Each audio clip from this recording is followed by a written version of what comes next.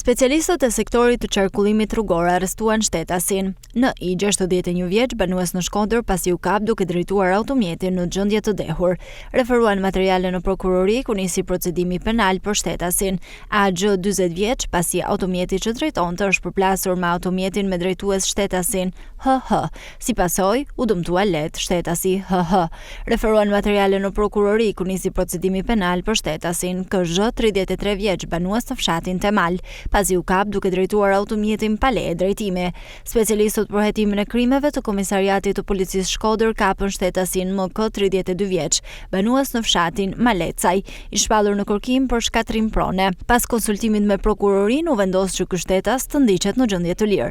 Specialistët për hetimin e krimeve të Komisariatit të Policisë Shkodër referuan materiale në prokurori për vlerësim, pasi mbrëm në fshatin Shtojëri në servisin në pronësi të shtetasit GP, gjatë saldimit të automjetit në pronësi të shtetasit KH, dyshohet se për shkak të një shkëndije elektrike ka rënë zjarr dhe si pasojë automjeti është djegur.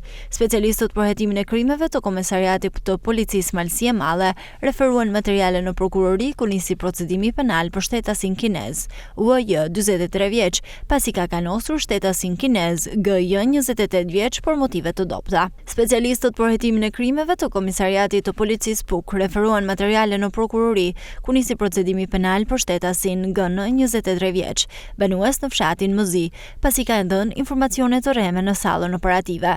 Materialet proceduriale u referuan prokurorisë pranë gjykatës së shkallës së parë të jurisdiksionit të përgjithshëm Shkodër për veprime të mëtejshme.